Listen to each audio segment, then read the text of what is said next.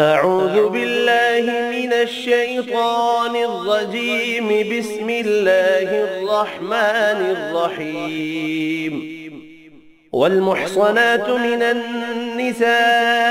إلا ما ملكت أيمانكم كتاب الله عليكم، وأحل لكم ما وراء ذلكم أن تبتغوا بأموالكم محصنين غير مسافحين، فما استمتعتم به منهن فآتوهن أجورهن فريضة، ولا جناح عليكم فيما تراضيتم به من بعد الفريضة، إن الله كان عليما حكيما. ومن لم يستطع منكم طولا أن ينكح المحصنات المؤمنات فمما ملكت أيمانكم من فتياتكم المؤمنات، والله أعلم بإيمانكم، بعضكم من بعض، فانكحوهن بإذن أهلهن وآتوهن أجورهن بالمعروف محصنات غير مسافحات ولا متخذات أخدان، فإذا أحصن فإن أتين بفاحشة فعليهن نصف ما على المحصنات من العذاب،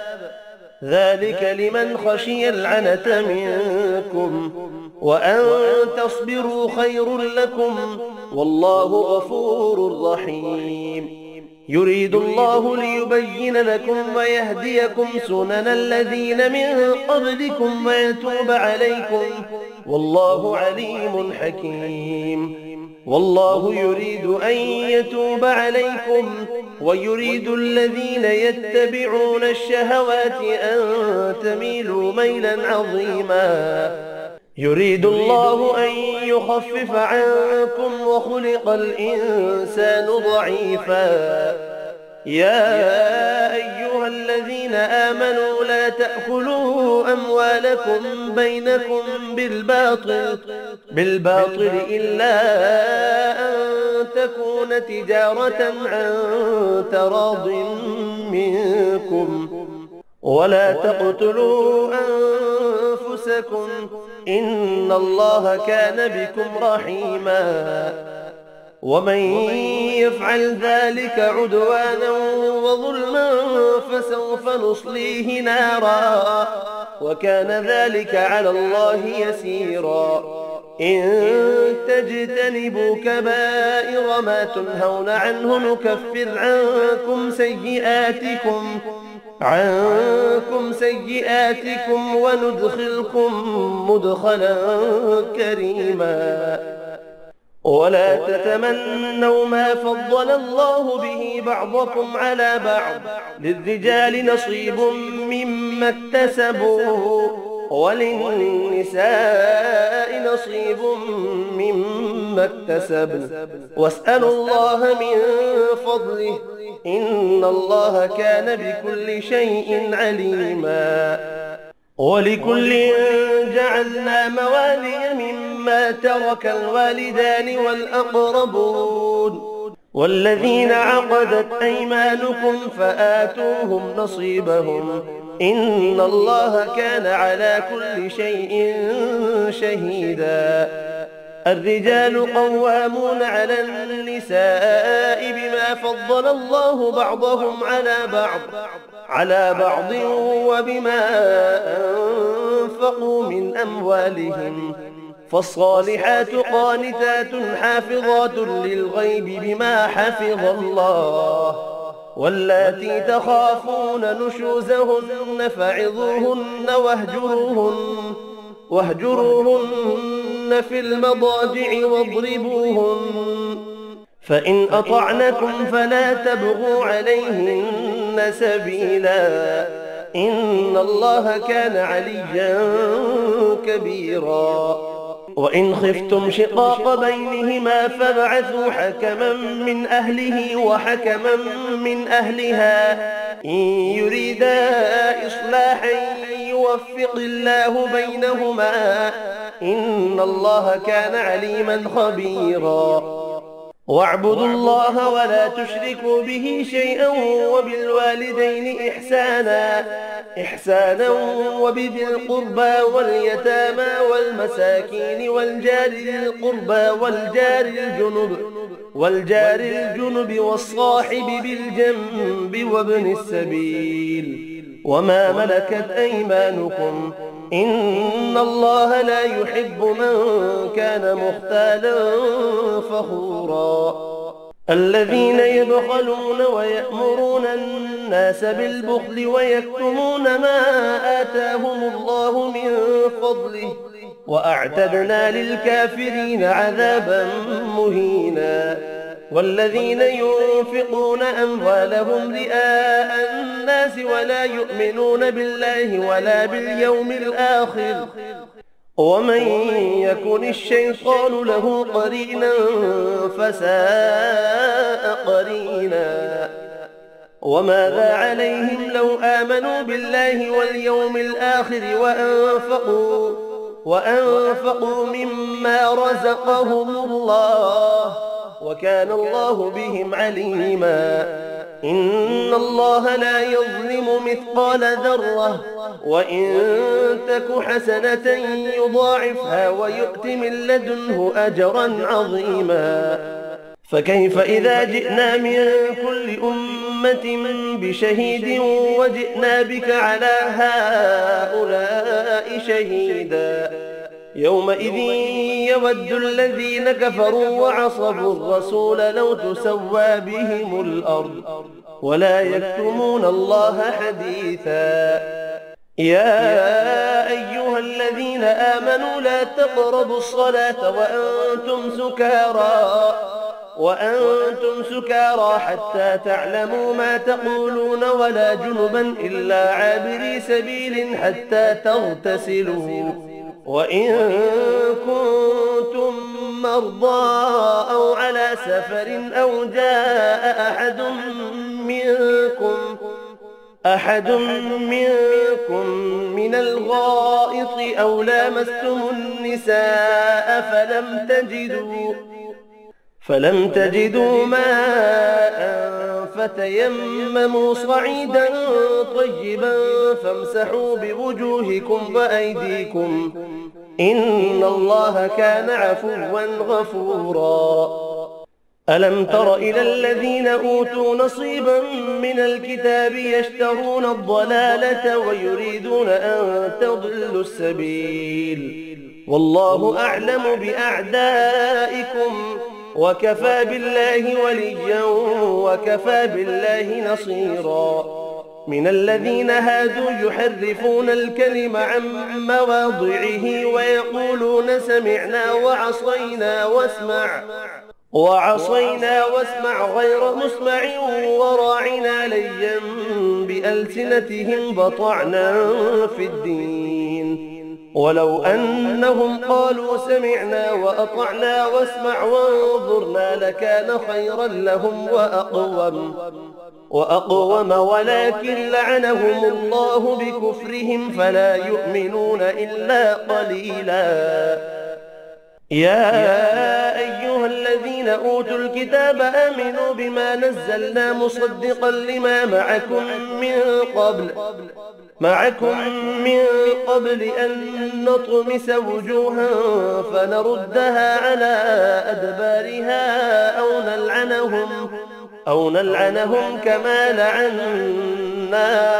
أصحاب السبت، وكان أمر الله مفعولا.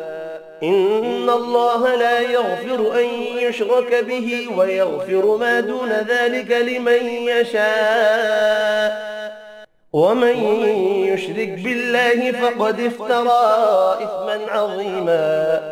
ألم تر إلى الذين يزكون أنفسهم بل الله يزكي من يشاء ولا يظلمون فتيلا. انظر كيف يفترون على الله الكذب وكفى به إثما مبينا. ألم تر إلى الذين أوتوا نصيبا من الكتاب يؤمنون بالجبت والطاغوت ويقولون للذين كفروا هؤلاء أهدى من الذين آمنوا سبيلا أولئك الذين لعنهم الله ومن يلعن الله فلن تجد له نصيرا أم لهم نصيب من الملك فإذا لا يؤتون الناس نقيرا أم يحسدون الناس على ما آتاهم الله من فضله فقد آتينا آل إبراهيم الكتاب والحكمة وآتيناهم ملكا عظيما فمنهم من آمن به ومنهم من صد عنه وكفى بجهنم سعيرا إن الذين كفروا بآياتنا سوف نصليهم نارا كلما نضجت جلودهم بدلناهم جلودا غيرها ليذوقوا العذاب إن الله كان عزيزا حكيما والذين آمنوا وعملوا الصالحات سندخلهم جنات تجري من تحتها الأنهار خالدين فيها أبدا لهم فيها أزواج مطهرة وندخلهم ظلا ظليلا إن الله يأمركم أن تؤدوا الأمانات إلى أهلها وإذا حكمتم بين الناس أن تحكموا بالعدل إن الله نعما يعظكم به إن الله كان سميعا بصيرا يا أيها الذين آمنوا أطيعوا الله وأطيعوا الرسول وأولي الأمر منكم فإن تنازعتم في شيء فردوه إلى الله والرسول إن كنتم تؤمنون بالله واليوم الآخر ذلك خير وأحسن تأويلا ألم تر إلى الذين يزعمون أنهم آمنوا بما أنزل إليك وما أنزل من قبلك يريدون أن يتحاكموا إلى الطاغوت وقد أمروا أن يكفروا به ويريد الشيطان أن يضلهم ضلالا بعيدا وإذا قيل لهم تعالوا إلى ما أنزل الله وإلى الرسول رأيت المنافقين يصدون عنك صدودا فكيف إذا أصابتهم مصيبة بما قدمت أيديهم ثم جاءوك يحلفون بالله إن أردنا إلا إحسانا وتوفيقا أولئك الذين يعلم الله ما في قلوبهم فأعرض عنهم وعظهم وقل لهم في أنفسهم قولا بليغا وما أرسلنا من رسول إلا ليطاع بإذن الله ولو أنهم إذ ظلموا أنفسهم جاءوك فاستغفروا الله واستغفر لهم الرسول لوجدوا الله توابا رحيما فلا وربك لا يؤمنون حتى يحكموك فيما شجر بينهم ثم لا يجدوا في أنفسهم حرجا مما قضيت ويسلموا تسليما ولو أنا كتبنا عليهم أن اقتلوا أنفسكم أو اخرجوا من دياركم ما فعلوه إلا قليل منهم ولو أنهم فعلوا ما يوعظون به لكان خيرا لهم وأشد تثبيتا وإذا لآتيناهم من لدنا أجرا عظيما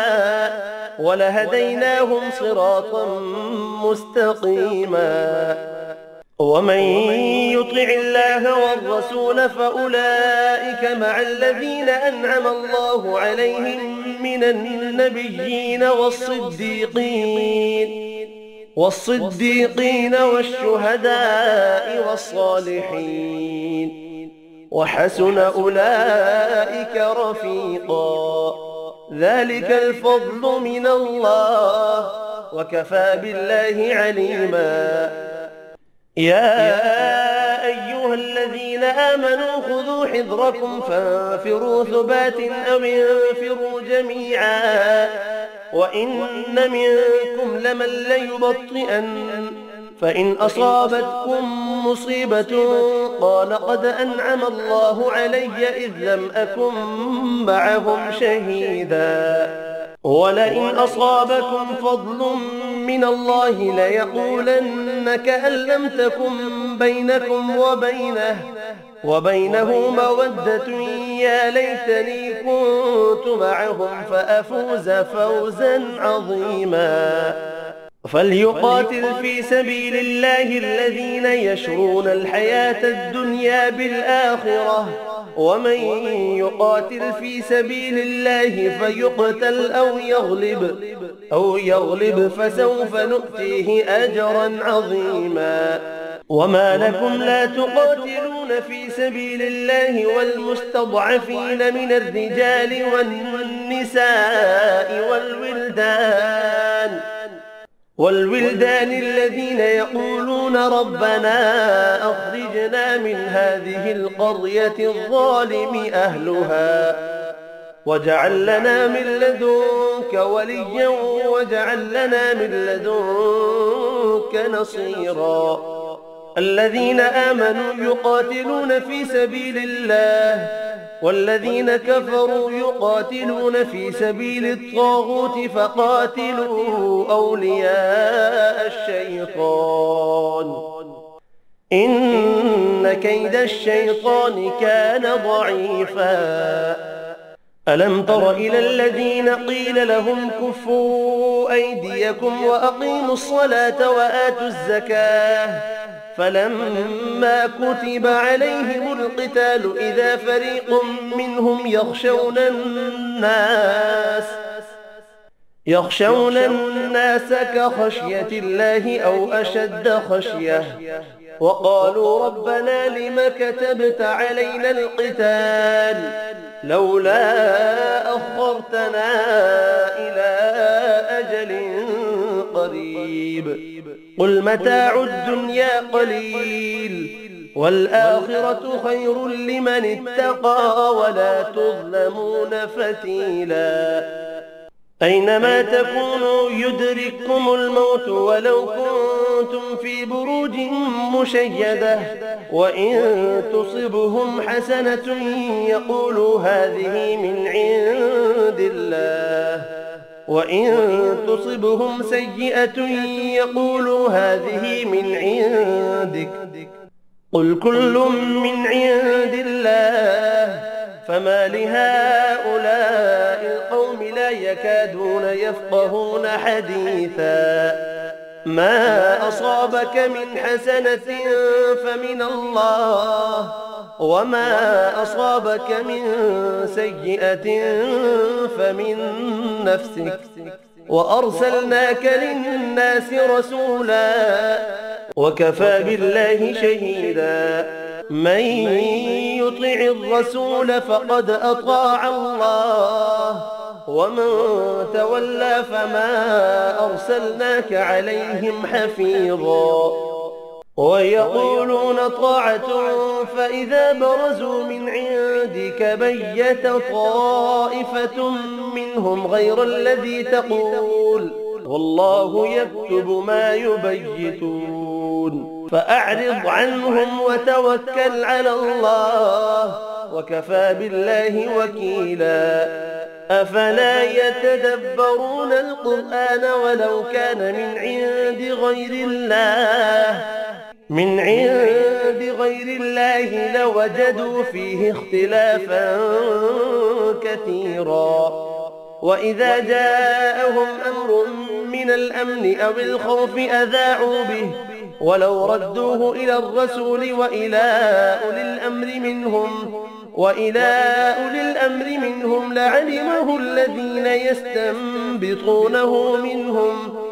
ولولا فضل الله عليكم ورحمته لاتبعتم الشيطان إلا قليلا. فقاتل في سبيل الله لا تكلف إلا نفسك وحرض المؤمنين. عسى الله أن يكف بأس الذين كفروا والله أشد بأسا وأشد تنكيلا. من يشفع شفاعة حسنة يكن له نصيب منها ومن يشفع شفاعة سيئة يكن له كفل منها وكان الله على كل شيء مقيتا. وإذا حييتم بتحية فحيوا بأحسن منها أو ردوها إن الله كان على كل شيء حسيبا. الله لا إله إلا هو ليجمعنكم إلى يوم القيامة لا ريب فيه ومن أصدق من الله حديثا. فما لكم في المنافقين فئتين والله أركسهم بما كسبوا أتريدون أن تهدوا من أضل الله ومن يضلل الله فلن تجد له سبيلا. ودوا لو تكفرون كما كفروا فتكونون سواء فلا تتخذوا منهم أولياء حتى يهاجروا في سبيل الله فإن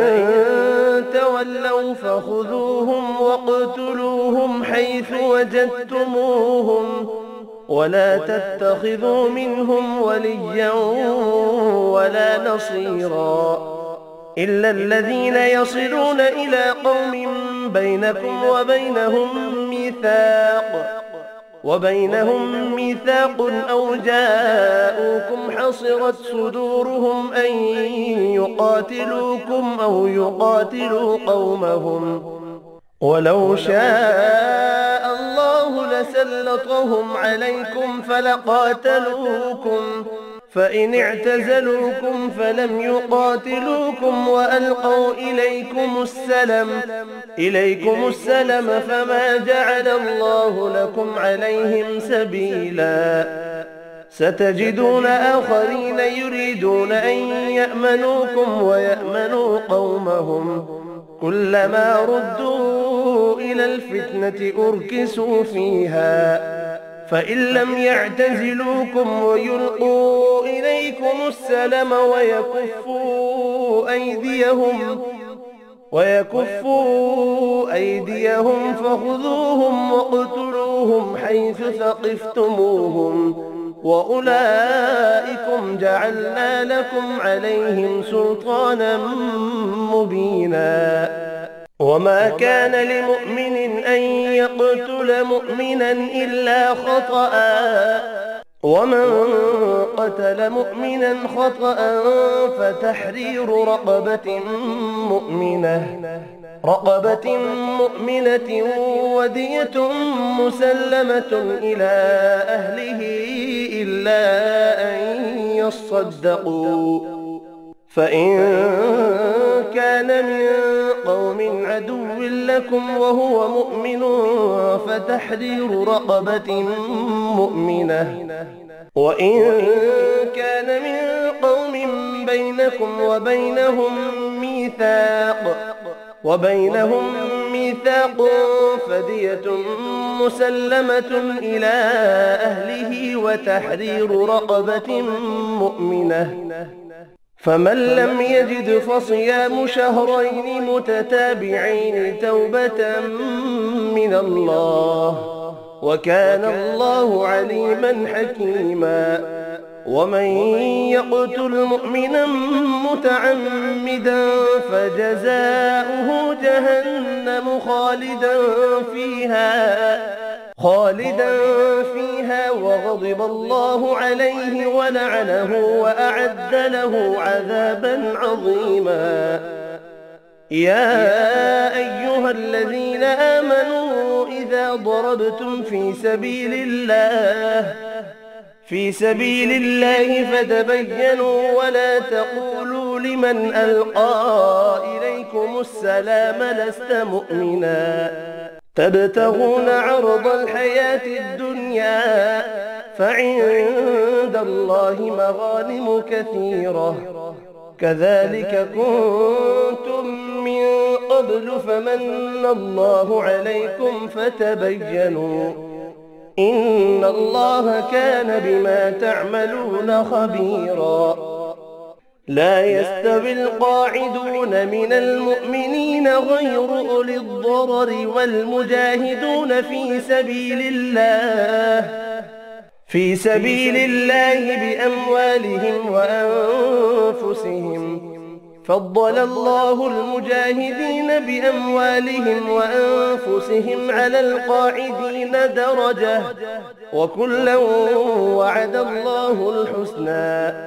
وفضل الله المجاهدين على القاعدين أجرا عظيما درجات منه ومغفرة ورحمة وكان الله غفورا رحيما. إن الذين توفاهم الملائكة ظالمي أنفسهم قالوا فيم كنتم قالوا كنا مستضعفين في الأرض قالوا ألم تكن أرض الله واسعة فتهاجروا فيها فأولئك مأواهم جهنم وساءت مصيرا. إلا المستضعفين من الرجال والنساء والولدان لا يستطيعون حيلة ولا يهتدون سبيلا فأولئك عسى الله أن يعفو عنهم وكان الله عفوا غفورا. ومن يهاجر في سبيل الله يجد في الأرض مراغما كثيرا وسعة ومن يخرج من بيته مهاجرا إلى الله ورسوله ثم يدركه الموت فقد وقع أجره على الله وكان الله غفورا رحيما. وإذا ضربتم في الأرض فليس عليكم جناح أن تقصروا من الصلاة إن خفتم أن يفتنكم الذين كفروا إن الكافرين كانوا لكم عدوا مبينا. وإذا كنت فيهم فأقمت لهم الصلاة فلتقم طائفة منهم معك وليأخذوا أسلحتهم فإذا سجدوا فليكونوا من ورائكم ولتأت طائفة أخرى لم يصلوا فليصلوا معك وليأخذوا حذرهم وأسلحتهم ود الذين كفروا لو تغفلون عن أسلحتكم وأمتعتكم فيميلون عليكم ميلة واحدة ولا جناح عليكم إن كان بكم أذى من مطر أو كنتم مرضى أن تضعوا أسلحتكم وخذوا حذركم إن الله أعد للكافرين عذابا مهينا فإذا قضيتم الصلاة فاذكروا الله قياما وقعودا وعلى جنوبكم فإذا اطمأننتم فأقيموا الصلاة إن الصلاة كانت على المؤمنين كتابا موقوتا ولا تهنوا في ابتغاء القوم إن تكونوا تألمون فإنهم يألمون كما تألمون وترجون من الله ما لا يرجون وكان الله عليما حكيما إنا أنزلنا إليك الكتاب بالحق لتحكم بين الناس بما أراك الله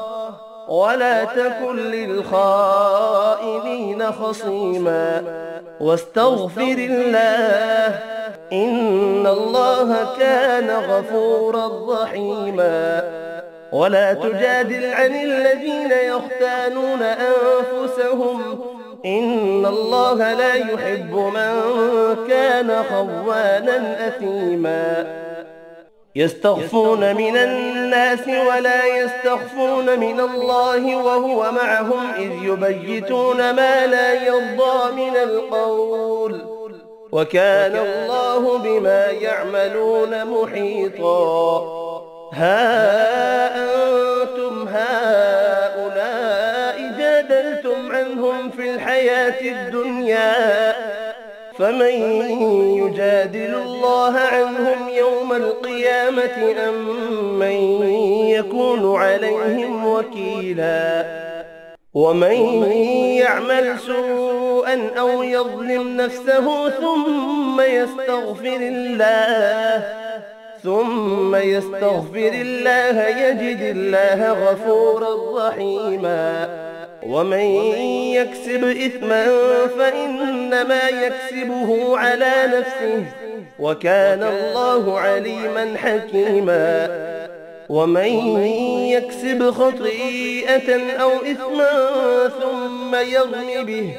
ثم يرم به بريئا فقد احتمل بهتانا وإثما مبينا ولولا فضل الله عليك ورحمته لهمت طائفة منهم أن يضلوك وما يضلون إلا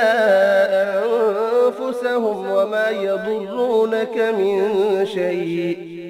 وأنزل الله عليك الكتاب والحكمة وعلمك ما لم تكن تعلم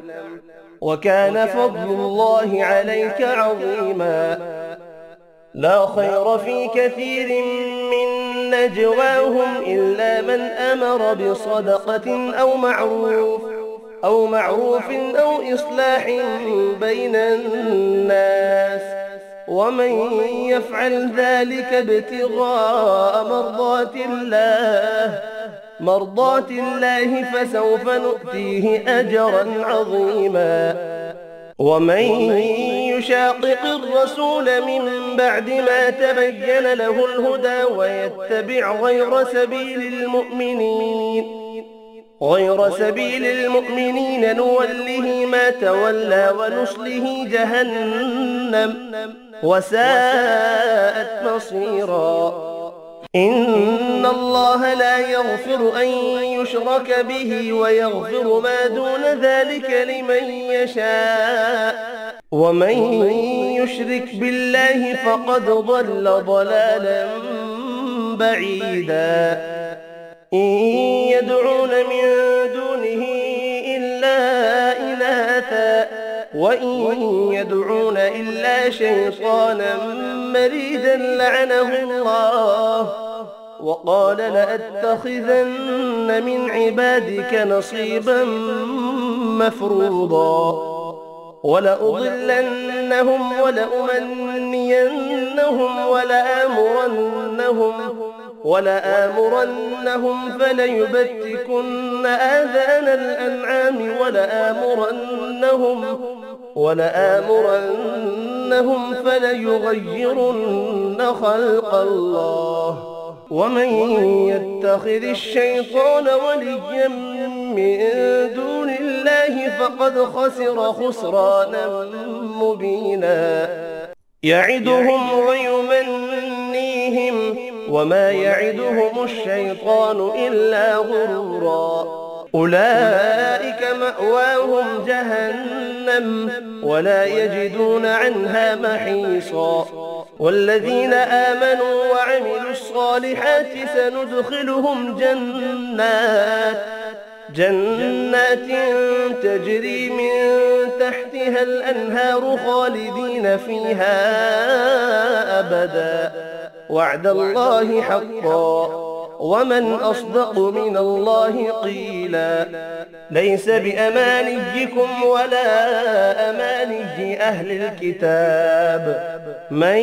يعمل سوءا يجز به ولا يجد له من دون الله وليا ولا نصيرا ومن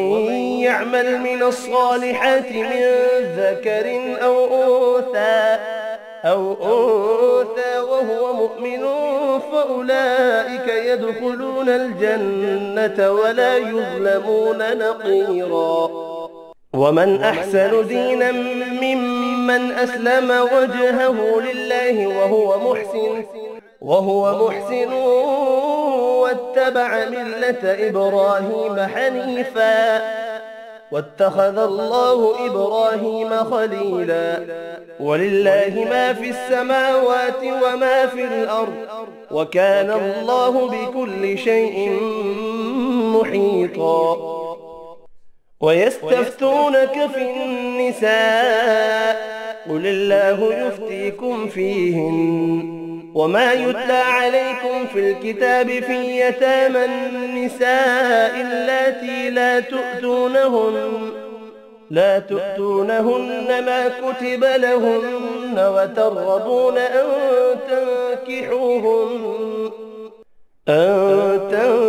تنكحوهن والمستضعفين من الولدان وأن تقوموا لليتامى بالقسط وما تفعلوا من خير فإن الله كان به عليما وإن امرأة خافت من بعلها نشوزا أو إعراضا فلا جناح عليهما أن يصلحا بينهما صلحا والصلح خير وأحضرت الأنفس الشح وإن تحسنوا وتتقوا فإن الله كان بما تعملون خبيرا ولن تستطيعوا أن تعدلوا بين النساء ولو حرصتم فلا تميلوا كل الميل فتذروها كالمعلقة وإن تصلحوا وتتقوا فإن الله كان غفورا رحيما وإن يتفرقا يغن الله كلا من سعته وكان الله واسعا حكيما ولله ما في السماوات وما في الأرض ولقد وصينا الذين أوتوا الكتاب من قبلكم وإياكم أن اتقوا الله وإن تكفروا فإن لله ما في السماوات وما في الأرض وكان الله غنيا حميدا ولله ما في السماوات وما في الأرض وكفى بالله وكيلا إن يشأ يذهبكم أيها الناس ويأتي بآخرين وكان الله على ذلك قديرا. من كان يريد ثواب الدنيا فعند الله ثواب الدنيا والآخرة، وكان الله سميعا بصيرا.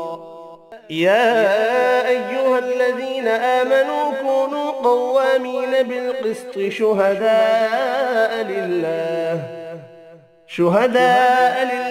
ولو على أنفسكم أو الوالدين والأقربين، إن يكن غنيا أو فقيرا فالله أولى بهما، فلا تتبعوا الهوى أن تعدلوا، وإن تلبوا أو تعرضوا فإن الله كان بما تعملون خبيرا. يا أيها الذين آمنوا بالله ورسوله والكتاب الذي نزل على رسوله والكتاب الذي أنزل من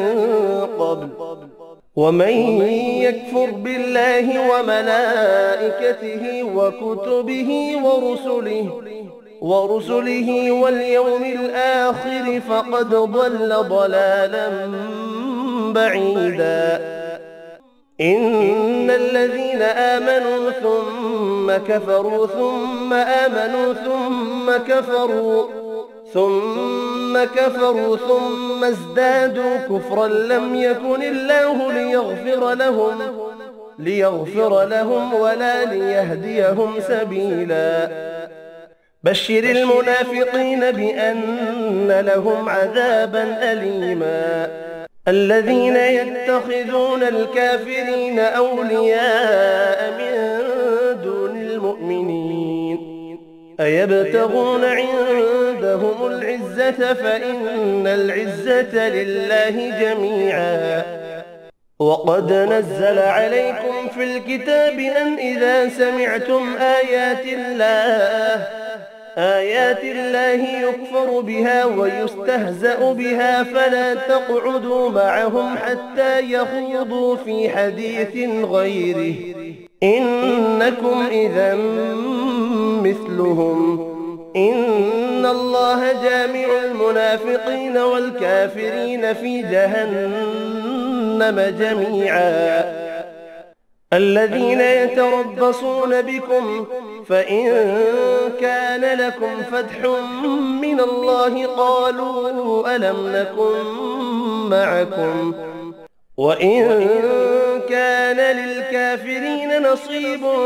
قالوا ألم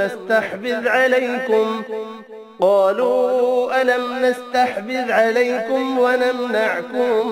من المؤمنين، فالله يحكم بينكم يوم القيامة ولن يجعل الله للكافرين على المؤمنين سبيلا. إن المنافقين يخادعون الله وهو خادعهم، وإذا قاموا إلى الصلاة قاموا كسالى يراءون الناس ولا يذكرون الله إلا قليلا، مذبذبين بين ذلك لا إله هؤلاء ولا إله هؤلاء، ومن يضلل الله فلن تجد له سبيلا. يا أيها الذين آمنوا لا تتخذوا الكافرين أولياء من دون المؤمنين، أتريدون أن تجعلوا لله عليكم سلطانا مبينا.